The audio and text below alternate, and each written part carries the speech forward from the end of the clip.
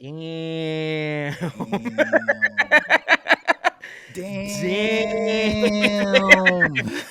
Damn. Damn. Damn. All right. The OKC Thunder defeat the Cleveland Cavaliers 134 to 114. Let's take a look at the box score. SGA 40 points, 8 assists in 3 quarters. Jalen Williams 19 points, 6 rebounds, 5 assists. Lou Dort had 7 threes for 22 points.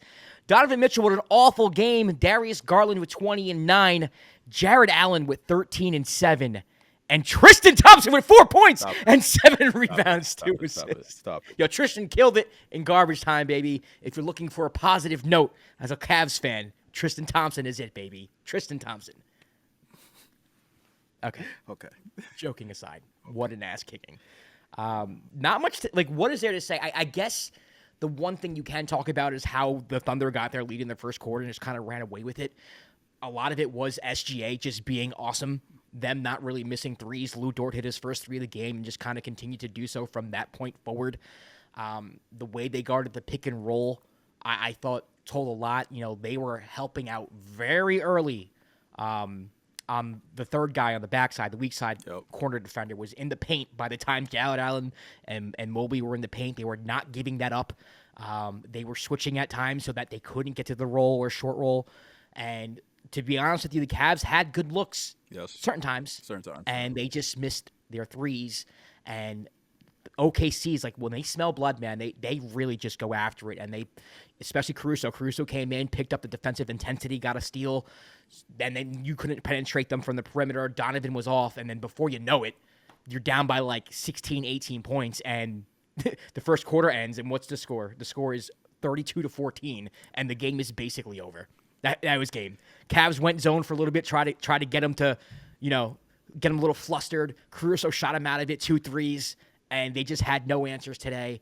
When your best player's off, when your pick and roll and the short roll's not really working, and they're causing turnovers, this is the OKC team that everybody thinks can win the championship. Great game without Isaiah Hartenstein, without Chet. Caruso's back. Still no AJ. Man, what an ass kicking, man. I don't have really much else to say because outside of that, it's like, how do you dissect the game? That's how OKC separated themselves. SGA was phenomenal the whole game, didn't let him breathe, and that was that. They didn't let him back in the game at all. Yeah, like we said, damn. I think we and everybody else expected a closer game, especially when we saw that Isaiah Hartenstein wasn't going to be playing. So going into it, you probably had the same sentiment I had. It was like, okay, well, are the Thunder going to go really small and just force Cleveland to adjust to them, and how's Cleveland going to like dominate with their size? Are they going to be playing a lot of zone because the Thunder are going to be small? And like that didn't matter. It was like the Thunder started Jalen Williams, the center. He played well. Then they brought off the bench Brendan Carlson, who played at Utah and hit 2 threes during that run, and I had to make sure. He played decent defense too, bro. Like Yes, he did at the rim. So like I had to check. I'm like, is that the guy that was playing summer league on the Raptors? I had to make sure, and I'm like, okay, that is him. And he's been on a Thunder like G League team, and they just signed him to a 10-day contract with all the injuries.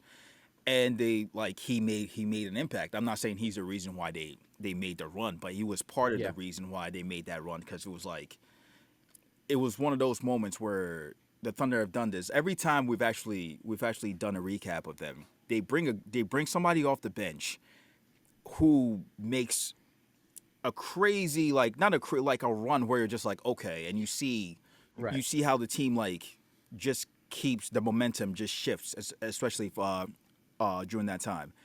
And like you say, hit 2 threes. The Thunder were shooting the crap out the ball. Cleveland were turning over the ball a lot. That's props to the Thunder defense. Again, I'm gonna ask you this.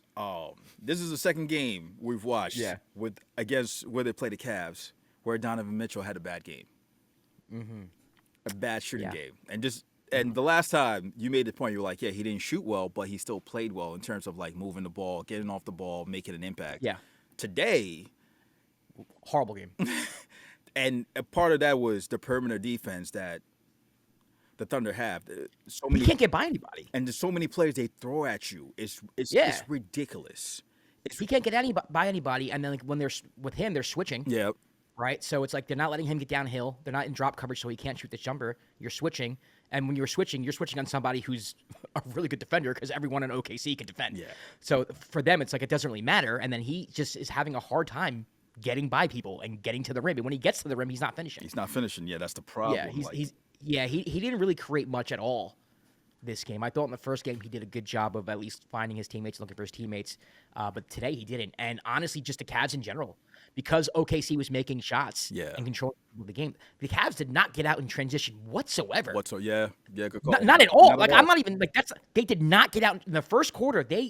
It was OKC makes a bucket and Cavs are kind of walking it up, pick and roll, not working. That was the whole first quarter. Yeah. They did not get out in transition. They did not get easy baskets. The first 4 minutes of the game.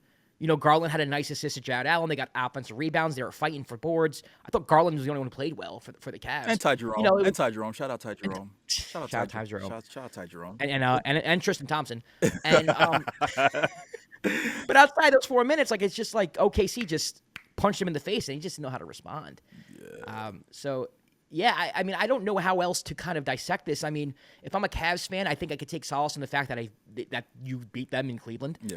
I think you can look at the game and say, even though it got away with us, if we hit a few open threes, maybe it doesn't get out of hand, and maybe it's a more competitive game. Who knows? I don't know. I don't know what you have to tell yourself, but sometimes you just get your ass kicked. It happens. It's the NBA. It's happens. 82 game season. Sometimes you just get your ass kicked. It is what it is. Yeah. And you got to give credit to the other team. The Thunder are a really, really, really, really good basketball team. They're championship contenders. You went into their building and they were seeking revenge, and they got it. And sometimes I think it's just that simple. Yeah, it was there were points in the first quarter early on in the game where the Cavs would make sort of like a mini run, and Dagnall will call a timeout. And the Thunder will come back and just hit him right back in the mouth. It was just specifically SGA. Especially, it was basically it felt like Dagnall will call timeout and be like, "Hey, SGA, take the ball, go." we need one. And he's more than capable, as everyone can see, of doing that. And like you said, it's hard to really break down the game in detail of what happened. It just felt like the Thunder came out overly prepared and were. For better words, we're ready for revenge after they took that loss. They wanted to get this one at home, and the Cavs played kind of stale in so many moments. And like you said, with the Thunder, when they smell blood, it's usually a wrap. Like they were getting out in transition, a lot of drive and kick, moving the ball. Their defense. There's a reason why they're the number one defensive team in the league. Like the way they get their hands on basketballs, the way they're so active defensively. I think at one point after the first half, they said that they had 8 live ball turnovers, which I know they scored on. It just felt like anytime they got a stop, they scored. Check this out: turnovers, 21-6. To 6, and Cleveland doesn't turn the ball over.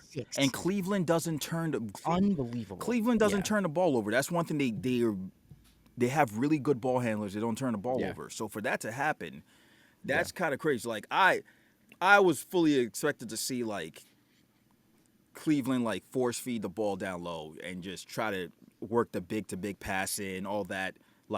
Especially after seeing Isaiah was out, and like you said, it felt there was none of that. There was none of that because when you switch, there is no short roll. Yep. You know what I mean? The short roll happens if you trap. The short roll might happen if you had a pocket pass, but if you switch, there's no short roll. Yeah. It's just, we're just switching. So, and they didn't switch all the time. There was drop coverage. Yep. But if there was a short roll available, by the time the ball got to Jared Allen or Mobley, the guy who was guarding the corner was already in the paint guarding the next pass. And so the next available pass was the corner pass, and the Cavs just weren't hitting that shot. And that's why they lost, and that's why their offense couldn't get going.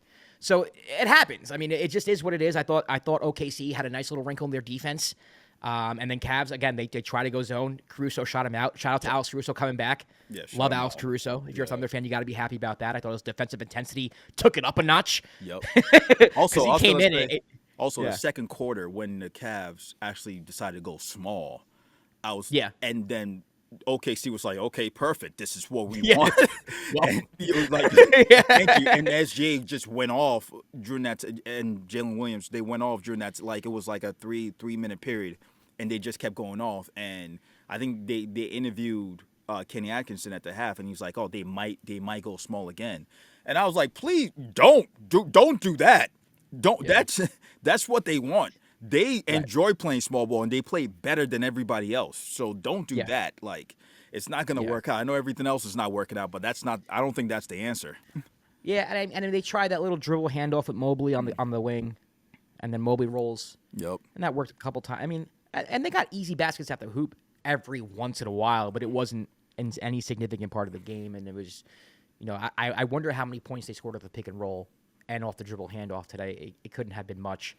So it's just an interesting game. 21 turnovers, you're gonna lose that game. You're gonna lose that game. But Okay. that's pretty much all I could say about this game. If I'm being honest. And the last thing I'm gonna ask because we asked it the first time we did a recap of this game. Who do you think hypothetically wins in a 7-game series? Especially, I'm going to after stick with the seeing this Cavs because I don't believe in changing your picks after one game. Fair. I like the way they move the basketball. I think the bigs do give them an advantage in a series. Although, again, I have to see what this team looks like when Chet comes back and what their rotation looks like, who plays the 4 and 5. Like, do they switch them? Do they play them together? I don't know what that looks like. But I think it's going to be a very close series. And again, like what I said before, I know the game got out of hand. All the credit in the world to the Thunder.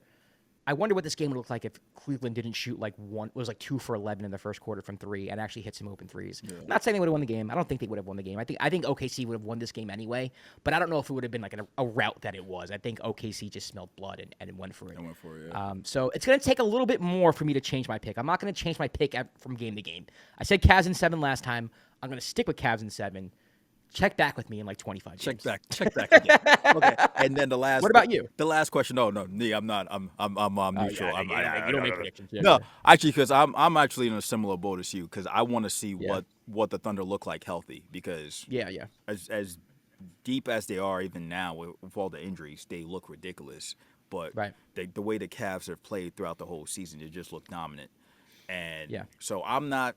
I don't know. I honestly don't know. I could see the team winning in 7 actually. And lastly, what I was gonna say is that with this loss and then the loss against the Pacers, does that give you any pause with like the Cavs, or are you just of the same mindset I am? It's like it's a long season, so like the losses like this happen. 82 games, man. Yeah. Like every year, like the best team has like a little north of 60, right? Yeah. Which means they lose like 19, 20, 21. Exactly. You know what I mean? Like you're going to lose games throughout. This team was on a historic pace. Yeah. I mean, the Thunder are going to catch L's too. Yep. You know what I mean? The Thunder are not going to rip off 20 straight. Maybe they do. I don't know. Who knows? It's possible. Don't clip this, Thunder fans. Maybe they do. I don't know. But the Thunder might catch an L against like, I don't know, like the Rockets or something like that. And it's not going to change my opinion on the Thunder. Yep.